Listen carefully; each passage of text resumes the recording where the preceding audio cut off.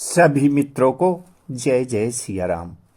प्रभु श्री राम की कृपा हमारे सभी मित्रों पर बनी रहे, यही हमारी मंगल कामना है। तो आज की कथा जो है वो भागवत पुराण से भगवान वामन जी का विराट रूप होकर तो ही पग से पृथ्वी और स्वर्ग को नाप लेने की कथा है।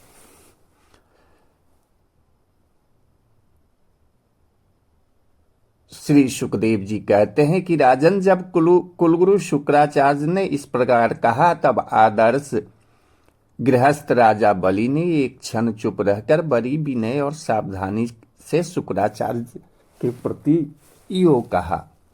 राजा बलि ने कहा, भगवान आपका कहना सत्य है। गृहस्थाश्रम में रहने वालों के लिए वही धर्म है जिससे अर्थ, काम, यश और आजीविका में कभी किसी प्रकार का बाधा न पड़े।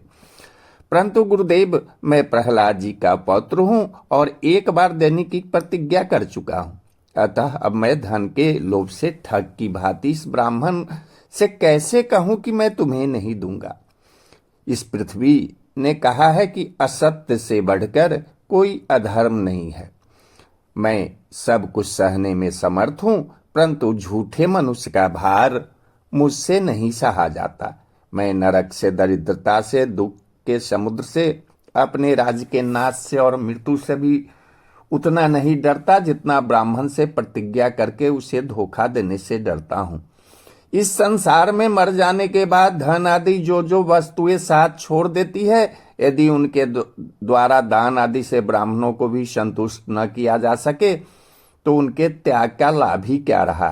दधीची, शिवी आदि महापुरुषों ने अपने परम प्रिय दुसत्ज प्राणों का दान करके भी प्राणियों की भलाई की है। फिर पृथ्वी आदि वस्तुओं की देने में सोच विचार करने की क्या आवश्यकता है। ब्राह्मण, पहले युग में बड़े बड़े दैत्य राजा ने इस पृथ्वी का उपभोग किया है। पृथ्वी में उनका सामने करने वाला कोई नहीं था। उनके लोक और परलोक को तो काल खा गया, परंतु उनका यश अभी भी पृथ्वी पर ज्यों का त्यों बना हुआ है। गुरुदेव, ऐसे लोग संसार में बहुत हैं जो युद्ध में पीठ न दिखाकर अपने प्राणों की बलि चढ़ा देते हैं, परंतु ऐसे लोग बहुत दुर्लभ है जो सत्य पात्र के प्राप्त होने पर श्रद्धा से धन का दान करे। गुरुदेव, यदि उदार और करुणाशील पुरुष अपात्र याचक की कामना पूर्ण करके दुर्गति भोगता है तो वह दुर्गति भी उसके लिए शोभा की बात होती है। फिर आप जैसे ब्रह्मवेता पुरुषों को दान करने से दुख प्राप्त हो तो उसके लिए क्या कहना है।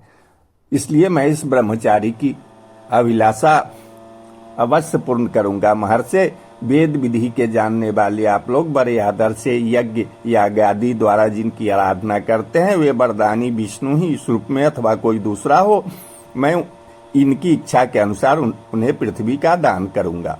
यदि मेरे अपराध न करने पर भी अधर्म से मुझे बांध लेंगे तब भी मैं इनका अनिष्ट नहीं चाहूंगा, क्योंकि मेरे शत्रु होने पर भी इन्होंने भयभीत होकर ब्राह्मण का शरीर धारण किया है। यदि ये पवित्र कीर्ति भगवान विष्णु ही है तो अपना यश नहीं खोना चाहेंगे, अपनी मांगी हुई वस्तु लेकर ही रहेंगे। मुझे युद्ध में मारकर भी पृथ्वी छीन सकते हैं, और यदि कदाचित से ये कोई दूसरे ही हैं तो भी मेरे बाणों की चोट से सदा के लिए रणभूमि में सो जाएंगे। श्री सुखदेव जी कहते हैं कि जब शुक्राचार्य जी ने देखा कि मेरा यह शिष्य गुरु के प्रति अश्रद्धालु है तथा मेरी आज्ञा का उल्लंघन कर रहा है, तब दैव की प्रेरणा से उन्होंने राजा बलि को शाप दे दिया। यद्यपि वे सत्य प्रतिज्ञ और उदार होने के कारण शाप के पात्र नहीं थे। शुक्राचार्य ने कहा, मूर्ख, तू है तो अज्ञानी, परंतु अपने को बहुत बड़ा पंडित मानता है। तू मेरी उपेक्षा करके गर्व कर रहा है। तूने मेरी आज्ञा का उल्लंघन किया है, इसलिए शीघ्र ही तू अपनी लक्ष्मी खो बैठेगा। राजा बलि बड़े महात्मा थे। अपने गुरुदेव के शाप देने पर भी ये सत्य से नहीं डिगे। उन्होंने वामन भगवान की विधि पूर्वक पूजा की और हाथ में जल लेकर 3 पग भूमि का संकल्प कर दिया। उसी समय राजा बलि की पत्नी विंध्यावली, जो मोतियों के गहनों से सुसज्जित थी, वहां आई। उसने अपने हाथों से वामन भगवान के चरण पखारने के लिए जल से भरा सोने का कलश ला कर दिया। बलि ने स्वयं बड़े आनंद से उनके सुंदर सुंदर युगल चरणों को धोया और उनके चरणों का वह विश्व पावन जल अपने सिर पर चढ़ाया। उस समय आकाश में स्थित देवता, गंधर्व, विद्याधर, सिद्धचारण सभी लोग राजा बलि की इस अलौकिक कार्य तथा सरलता की प्रशंसा करते हुए बड़े आनंद से उनके ऊपर दिव्य पुष्पों की वर्षा करने लगे। एक साथ ही हजारों दुंदुभिया बार बार बजने लगी। गंधर्व, किन्नर पुरुष और किन्नर गान करने लगा, हो धन्य है इन उदार शिरोमणि बलि ने ऐसा काम कर दिखाया जो दूसरे के लिए अत्यंत कठिन है। देखो तो सही, इन्होंने जानबूझकर अपने शत्रुओं को तीनों लोकों का दान कर दिया। इसी समय एक बड़ी अद्भुत घटना घट गई। अनंत भगवान का वह त्रिगुणात्मक वामन रूप बढ़ने लगा। वह यहाँ तक बढ़ा कि पृथ्वी, आकाश, दिशाएं, स्वर्ग, पाताल, समुद्र, पशु पक्षी, मनुष्य, देवता और ऋषि सब के सब उसी में समा गए। ऋतिज, आचार्य और सदस्यों के साथ बलि ने समस्त ऐश्वर्यों के एकमात्र स्वामी भगवान के उस त्रिगुणात्मक शरीर में पंचभूति इंद्रिय, उनके विषय, अंतःकरण और जीवों के साथ वह संपूर्ण त्रिगुणमय जगत देखा। राजा बलि ने विश्वरूप भगवान के चरण तल में रसातल, चरणों में पृथ्वी, पिंडलियों में पर्वत, घुटनों में पक्षी और जांघों में मर्दगण को देखा।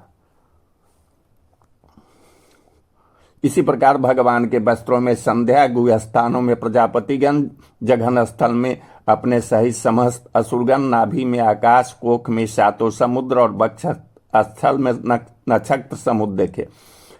उन लोगों को भगवान के हृदय में धर्म, स्तनों में ऋतु और सत्य वचन, मन में चंद्रमा, वक्षस्थल पर हाथों में कमल लिए लक्ष्मी जी, कंठ में सामवेद और संपूर्ण शब्द समूह उन्हें दिखे। बाहुओं में इंद्रादि समस्त देवगण, कानों में दिशाएं, मस्तक में स्वर्ग, केशों में मेघमाला, नासिका में वायु, नेत्रों में सूर्य और मुख में अग्नि दिखाई पड़ी। वाणी में वेद, रसना में वरुण, भौहों में विधि और निषेध, पलकों में दिन और रात, विश्व रूप के ललाट में क्रोध और नीचे के ओठ में लोभ के दर्शन हुए। परीक्षित, उनके स्पर्श से काम, बीर्ज में जल, पीठ में अधर्म, पद विन्यास में यज्ञ, छाया में मृत्यु, हंसी में माया और शरीर के रोमे में सब प्रकार की औषधियां थी। उनकी नारियों में नदियां, नखों में शिलाएं और बुद्धि में ब्रह्मा, देवता एवं ऋषिगण दिख पड़े। इस प्रकार वीरवर बलि ने भगवान की इंद्रियों और शरीर में सभी चराचर प्राणियों का दर्शन किया। परीक्षित, सर्वात्मा भगवान ने यह संपूर्ण जगत देखकर सबके सब अत्यंत भयभीत हो गए। इस समय भगवान के पास असह तेज वाला सुदर्शन चक्र, गरजते हुए मेघ के समान भयंकर टंकार करने वाला, सारंग धनुष, बादल की तरह गंभीर शब्द करने वाला पांचजन्य शंख, विष्णु भगवान की अत्यंत वेगवती कौमुद की गदा, 100 चंद्राकार चिन्हों वाली ढाल और विद्याधर नाम की तलवार, अक्षय बाणों से भरे 2 तरकस लोकपालों के सहित भगवान के सुनंद आदि पार्षदगण सेवा करने के लिए उपस्थित हो गए। उस समय भगवान की बड़ी शोभा हुई। मस्तकों पर मुकुट, बाहों में बाजूबंद, कानों में मकराकृति कुंडल, वक्षस्थल पर श्रीवत्स चिन्ह, गले में कौस्तुभ मणि, कमर में मेखला और कंधे पर पीताम्बर शोभामान होते हुए 5 प्रकार के पुष्पों की बनमाला धारण किए हुए थे, जिस पर मधुलोभी भौरे गुंजार कर रहे थे। उन्होंने अपने एक पक्ष से बलि की सारी पृथ्वी नाप ली, शरीर से आकाश और भुजा से दिशा घेर ली। दूसरे पक्ष से उन्होंने स्वर्ग को भी नाप लिया। तीसरा पैर रखने के लिए बलि की तनिक से भी कोई वस्तु न बची। भगवान का दूसरा पग ऊपर की ओर जाता हुआ महलोक, जनलोक और तपलोक से भी ऊपर सत्यलोक में पहुंच गया। तो श्री कृष्ण गोविंद हरे मुरारे, हे नाथ नारायण वासुदेवाय।